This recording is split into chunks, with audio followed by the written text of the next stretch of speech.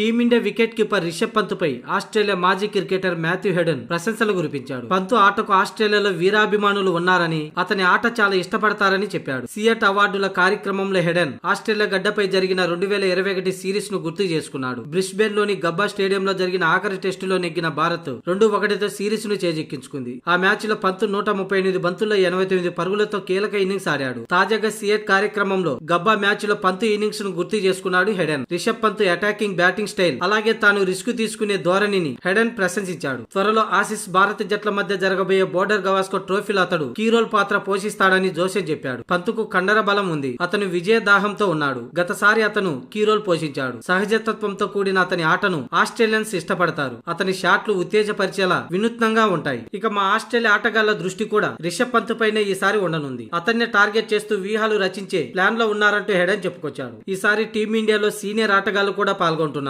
విరాట్ కోహ్లీ తనదైన ముద్ర వేయాలనుకుంటున్నాడు. కాబట్టి ఆస్ట్రేలియా పరిస్థితులను ఎదుర్కోవడానికి టీమిండియా బ్యాటింగ్ స్ట్రాటజీ ఎలా ఉంటుందో చూడాలని ఉందని హెడెన్ చెప్పుకొచ్చాడు. కాగా 2021లో జరిగిన సిరీస్ లో పంత్ 68.50 సగటుతో 274 పరుగులు చేసి భారత్ తరపున టాప్ స్కోరర్ గా నిలిచాడు. ఇక ఈ ఏడాది నవంబర్ చివర్లో బోర్డర్ గవాస్కర్ ట్రోఫీ కోసం భారత జట్టు ఆస్ట్రేలియాలో పర్యటించనుంది.